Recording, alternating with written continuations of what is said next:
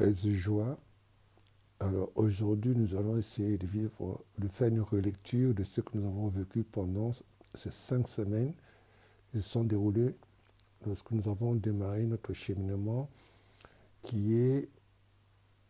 dont le thème est ma parole est vie et esprit. Alors, ce cheminement, nous avons dit qu'il a démarré à la 10e semaine du temps ordinaire et va se terminer à la 22e semaine du temps ordinaire. Pourquoi? Mais je pense qu'il est bon quand même de faire un petit rappel sur le calendrier liturgique pour bien comprendre comment nous vivons ce cheminement. D'abord, il faut dire que dans le calendrier liturgique, il y a 3 temps forts. Le premier temps, c'est le temps de la nativité. Le deuxième temps, c'est le temps ordinaire. Le troisième temps, c'est le temps de la rédemption. Le temps de la nativité démarre justement l'année liturgique. Et nous avons 4 semaines. Le temps de l'Avent, suivi du temps de la nativité, qui s'arrête juste après le baptême du Seigneur. Et après ce baptême du Seigneur, nous rentrons dans le temps ordinaire qui va aller jusqu'au mercredi des cendres, où nous commençons le troisième temps, le temps de la rédemption, qui démarre le temps de carême, qui va durer 7 semaines. Et ensuite, nous allons avoir, à partir de la veillée pascale, nous rentrons dans le temps de Pâques, qui va se terminer le dimanche de Pentecôte, la nuit de Pentecôte. Alors, ce qui est important, c'est de voir quels sont les textes liturgiques que l'Église nous propose. Le temps, depuis Vatican II, il y a 2 types de textes qui sont proposés. Il y a les textes de dimanche et les textes de la semaine. Pendant le temps, le mystère de l'incarnation et le mystère de la rédemption, c'est assez particulier. Donc, nos textes sont proposés en fonction des dimanches et en fonction de l'année, parce que depuis Vatican II, pour les dimanches, nous avons des cycles de 3 années qui sont articulés par les évangiles. L'année A, l'évangile de Matthieu; l'année B, l'évangile de Marc; l'année C, l'évangile de Luc. Et pour les semaines, en fait, pour les jours de semaine, nous avons des cycles de 2 années, l'année paire et impaire.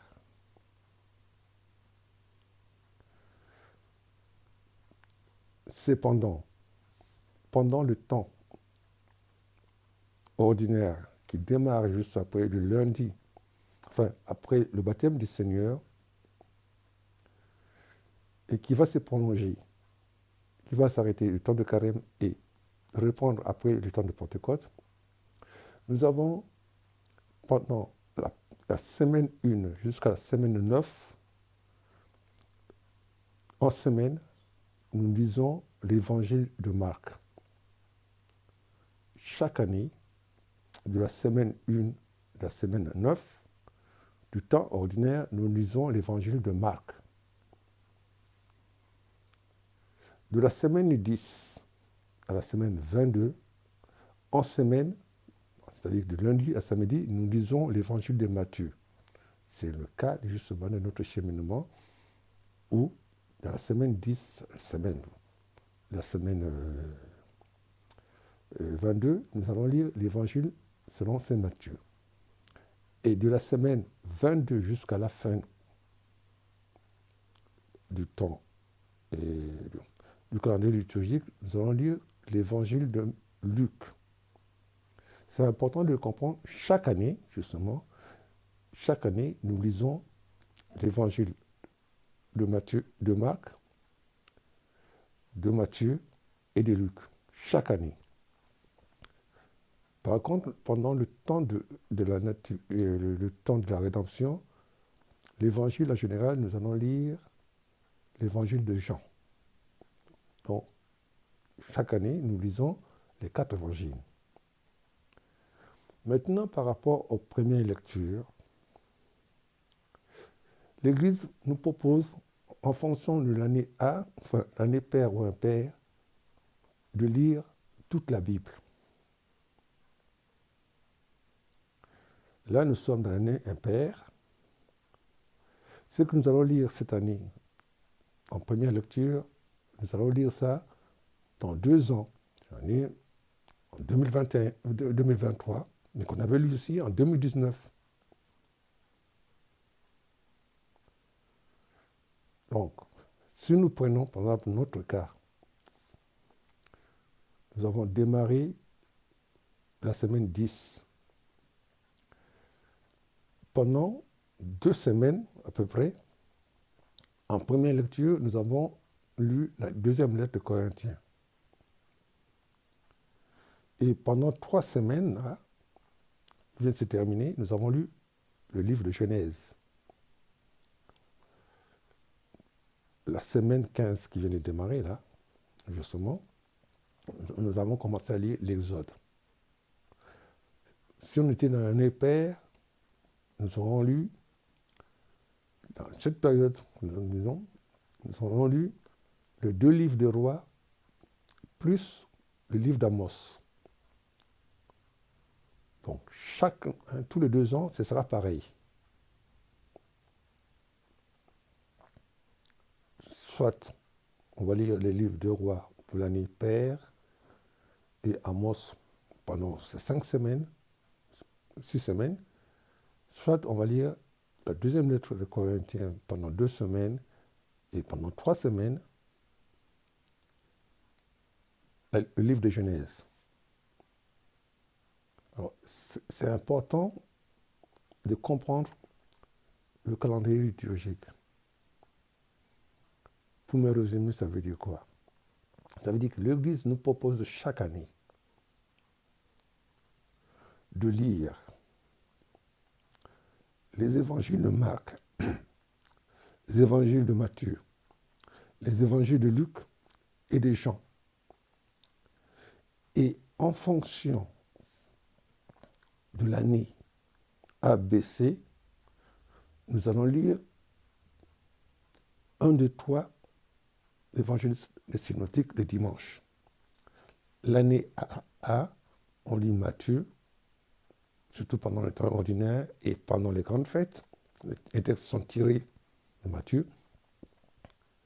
Aussi, pendant les 2 premiers dimanches de l'Avent, ce sera Matthieu pendant l'année A. L'année B, ce sera Marc. L'année C, ce sera Luc. Je crois qu'il est important de comprendre cela pour comprendre notre cheminement. Parce que si nous reprenons ce cheminement l'année prochaine, nous aurons toujours la semaine 10, la semaine 22, l'évangile de Marc. Mais par contre, la première lecture, nous aurons le livre des rois, Amos, Ézéchiel, Isaïe, ainsi de suite, qu'on ne verra pas cette année. Voilà. Je pensais d'abord, il fallait d'abord situer un peu cela. Et puis tout à l'heure, nous allons essayer de parler de ce que nous avons vu les dimanches. Donc, je rappelle que les dimanches, nous sommes l'année C, nous allons lire Marc. Non, nous sommes l'année B, nous allons lire Marc. Nous allons voir quels sont les textes qui ont été proposés pendant ces 5 semaines de l'évangile de Marc. Puis ensuite, nous allons voir l'évangile de la semaine qui est proposé par Matthieu. Et puis, nous verrons aussi les 2 premières semaines, la première lecture qui était le chapitre le deuxième livre de Corinthiens. Et puis là, pendant ces 3 semaines qui terminent, nous avons lu le livre de Genèse. Voilà.